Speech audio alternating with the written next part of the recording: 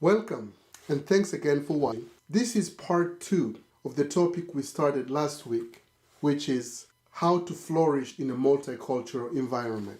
We left off when we were talking about diversity of opinion, diversity of perspective as far as cultures are concerned. There are different ways of interpreting the world in a cultural environment. And if you are to thrive in a multicultural environment, you should not be threatened, or you should not see cultural diversity or diversity of point of views as far as culture is concerned as a threat to you. In fact, you should embrace it, because that's what makes human experience as rich as it is right now.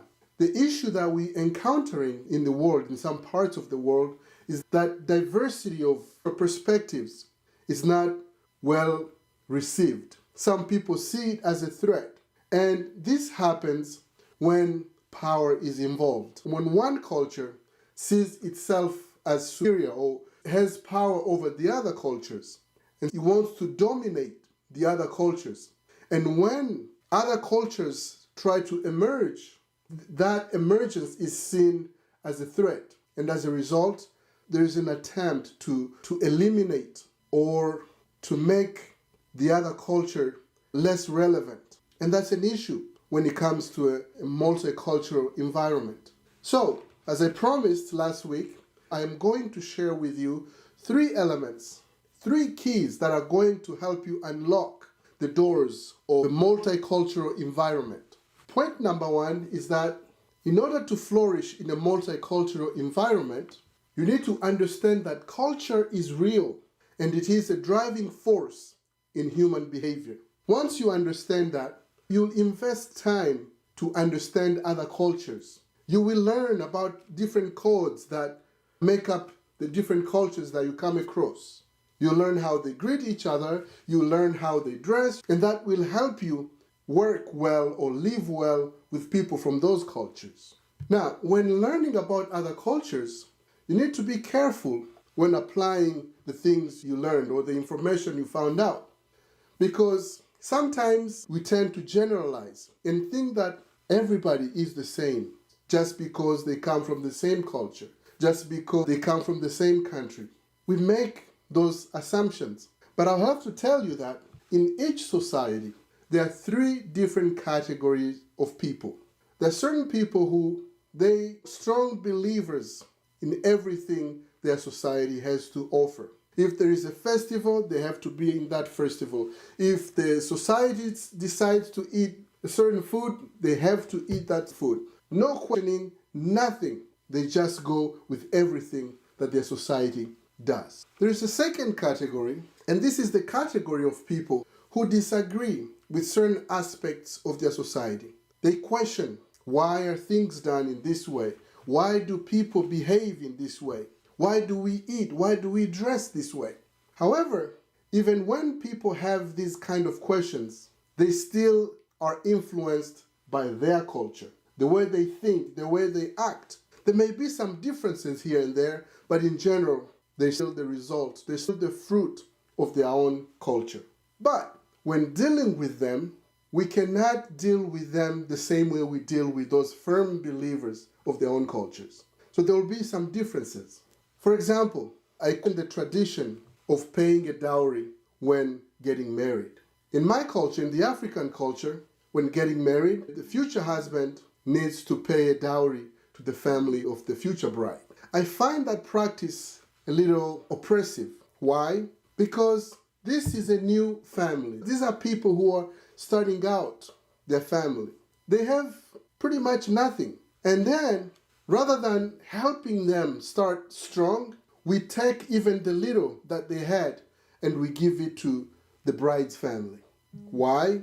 I don't know. This is a tradition that started long time ago, and it changed over time. Initially, or in the beginning, it used to be done as a gift to the bride's family. But nowadays, it's like a business. They charge a lot of money, 5, 10, 20, 30,000, in some cases even more. Somebody who has no money, and you take whatever they have. And in some situations, the groom finds himself going to borrow money in order to pay that dowry. Is that a decision that makes sense financially for the new couple? I don't think so. Rather than paying that money, families should raise themselves and bring the money, give it to the new couple, and that will help move forward and do the things they need to do in the beginning for their family. But that's me. Does that mean that I agree with my culture altogether? No, because I am what I am because my culture raised me, because they brought me up and they did what they did to make me what I am today. But I still disagree with that aspect of my culture. Now there is a third category, and the third category is right in between. For them, the rules are just rules. They are to be followed only when it's necessary or when it's convenient. Otherwise, they live their lives the way they wish, they do things the way they want, and when the situation requires them to follow the rules, they will follow them. And so you see, these three categories, they are to be dealt with differently. You can't just generalize and say, oh, it comes from this country, they must do things this way. They must believe in this, they might behave this way. That's not the case. You cannot thrive in a multicultural environment if you do not know this distinction, these differences. It's very important. The second key to thriving in a multicultural environment is that no matter how crazy a culture may look or may seem, do not criticize it or do not judge it. Seek to understand it instead. Remember the story of the pink ladies that I told in the previous episode? Outwardly, things may appear a certain way. They may sound a certain way. But once you take time, you go deeper, you'll realize that they're different than how they sound or how they appear. So you need to stop judging. You need to learn to understand. Now, learning to understand a culture is a complex process because by simply hanging out with people from a culture, you will not understand everything about that culture. You need to go beyond that. You need to learn the cultural history of a people to understand why they do things a certain way. Why do they eat this? Why do they practice a certain religion? Why do they dress a certain way? These are things that you will find out once you start learning the history of the culture you are interested in. Very important. The third element or the third key that will help you open the door of multicultural environment is that you need to try your best to allow them to be themselves. And the hope is that they will reciprocate. They will learn your ways and try to make you as comfortable as is possible. And when you both do that, when you accommodate each other's needs, there will be synergy where you are able to accomplish the things you need to accomplish. You'll be able to live in peace and harmony. But there is work involved on both sides. You need to make a few sacrifices here. They need to make a few sacrifices here and there in order to make each other comfortable. However, when making those sacrifices, you should not give up who you are. You should not give up yourself in order to make the others happy or to make them comfortable.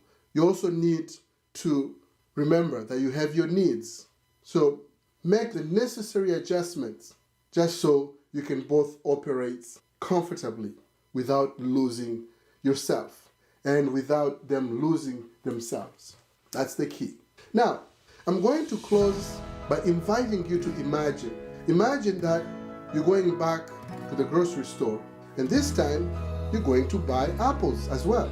But when you get to the store, you go to the apple section, you realize that there's only one variety of apple. All the other ones are gone, they're not there. So you wonder what happened, did they put them somewhere else? You look for a worker at the store, you ask them what happened to the other apples. They tell you, oh, we've decided to discontinue all the other apples. This is the only one we'll be selling from now on. What reaction will you have? And let's say you go to another store, you find that's what happened. All the apples have been discontinued except the only one that you found at the other store. Let's say it's the pink lady and they don't have Gala, they don't have Fuji, they don't have Granny Smith or whatever other variety that you like or you're looking for. You'll be disappointed because maybe the variety they have does not do what you want to do. Maybe you want to make applesauce. Maybe you want to make apple juice. Maybe you want to make pie. And there are different varieties of apples that make different things, depending on the flavor, depending on the shape, the color, whatever it is. So that will disappoint you. This perspective can also be applied to the cultural environment.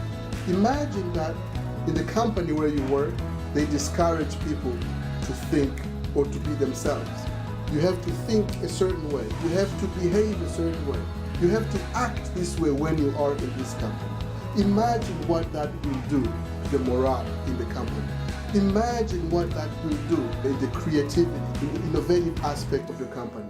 Diversity is important. Cultural diversity is necessary. We need it because we think differently, because we analyze things differently. And it's that difference, it's that diversity of thought, that diversity of perspectives that help us come up with new ideas, with new ways of doing things. Now imagine if we embraced each other in our neighborhoods like that. If we embraced each other in our schools like that. If we embraced each other at work, in our churches, wherever it is. Imagine what kind of world we'll have. It will be a fantastic world. A place where people will feel free to be themselves. People will not be afraid to do different things, to do new things, to look different. Imagine what kind of world that will be. Is our world possible? Yes, that world is possible. And it will become possible when we start embracing each other with our differences, when we start embracing pluralism, when we start accepting people who are different and try to understand rather than judging and raising or pushing them away. That world is possible. We can do it. So join me in making that a possibility. Thank you.